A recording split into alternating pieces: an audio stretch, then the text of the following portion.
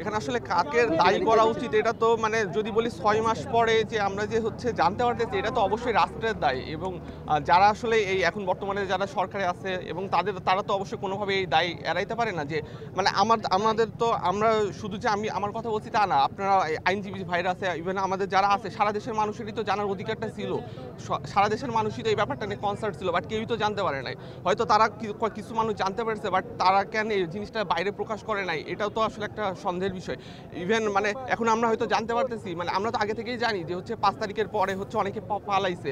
এখন আমি কিভাবে বলবো যে হচ্ছে যে অন্য কোনোভাবে পালিয়ে যে এখন সেইটার উপরে দায়ী চাপিয়ে দেওয়া হচ্ছে না, সেটাও তো আমরা বলতে পারি না। ধরেন হয়তো 5 তারিখের পরে হয়তো অন্য কোনোভাবে পালাইছে, এখন কিন্তু যখন ধরা মানে জিনিসটা সামনে আসছে এখন বলা হচ্ছে হয়তো 6 তারিখে পালাই গেছে, কারণ তখন তো আসলে সারা দেশে অনেক জায়গাতেই পালাইছে অনেকে।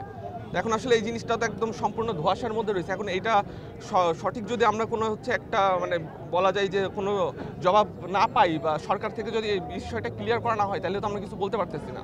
মানে এমন যদি কোনো ধরনের মানে আপনাদের পক্ষে না হয় বা দ্রুত সময়ের মধ্যে তাকে আটক করা না যায় বা যারা জড়িত ছিল পালানোর সময় তাদেরকে আটক করা না হয়, তাহলে আপনারা পরবর্তীতে কি যাবেন? না, এই ব্যাপারটা আসলে বললাম যে হচ্ছে আমরা এখনো পুরো বিস্তারিত বিষয়গুলাই জানি না যে অ্যাকচুয়ালি কি হয়েছে বা কি মানে কিভাবে এখন কি করব আমরা সামনে, এটাও আসলে আমরা এখনো আলোচনা করি নাই। তো আমরা তো হুট করে আসলে মানে এটা পরবর্তীতে জানানো হবে। আর এটা আপনাদের দীর্ঘদিন আইনি লড়াইয়ের মধ্যে ছিলেন, মানে এরকম একটা ঘটনা ঘটলো, সেই জায়গা থেকে আসলে ন্যায় বিচার নিয়ে আপনারা শঙ্কিত কিনা আর কি, বা এই বিষয়টা একটু। আসলে ন্যায় বিচার আমরা সবসময় চাই যে ন্যায় বিচার হোক, কোনো মানে কারোর সাথে কোনো অন্যায় না হোক, এটা আমরা সবসময় চাই।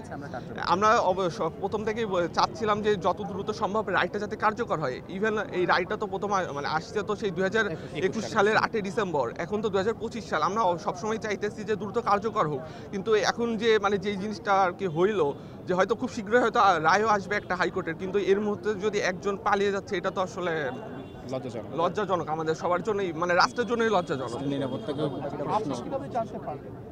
আচ্ছা, আমি মূলত জানতে পারছি যে হচ্ছে আজকে আমাদের হচ্ছে হাইকোর্টে যে আপিলের শুনানি চলতেছিল এই ফেব্রুয়ারির হচ্ছে 10 তারিখ থেকে, তো সেখানে আজকে হচ্ছে শেষ শুনানি চলতেছিল। তো সেখানে আর কি হচ্ছে যখন 20 জনের আসামি পক্ষের আইনজীবীরা হচ্ছে যুক্তিতর্ক উপস্থাপন করার পরে তখন হচ্ছে বলা হয় যে হচ্ছে আর কেউ বাকি আছে কিনা, আরও 5 জন যেহেতু আছে, তো সেই ক্ষেত্রে হচ্ছে মানে একজনের হচ্ছে যাবজ্জীবন আছে, তার ক্ষেত্রে আইনজীবী দেয় নাই, আর 3 জন হচ্ছে আগে থেকে পলাতক ছিল। তো তখন আর কি আরেকজনের ব্যাপারে যখন জানতে চাওয়া হয়, তখন আর কি রাষ্ট্রপক্ষ থেকে বলা হয় যে হচ্ছে যে সে হচ্ছে 5 আগস্টের পরে পালিয়ে গেছে। তো এই জিনিসটা তখন হচ্ছে আব্বু উপস্থিত ছিল বা আমাদের পরিবারের সদস্য যারা উপস্থিত ছিল কোর্টে, তারা সেখান থেকে জানতে পারে। এরপরে হচ্ছে আমরা এখনো হচ্ছে আর কোনো কিছু জানতে পারি না। তাহলে কি বিচার ব্যবস্থা একটা অবনতি হয়েছে, আপনি এইভাবে বলবেন? বিচার ব্যবস্থার অবনতি না, বিষয়টা হচ্ছে যে আমাদের এটা স্বরাষ্ট্র মন্ত্রণালয় কারা কর্তৃপক্ষের দায়।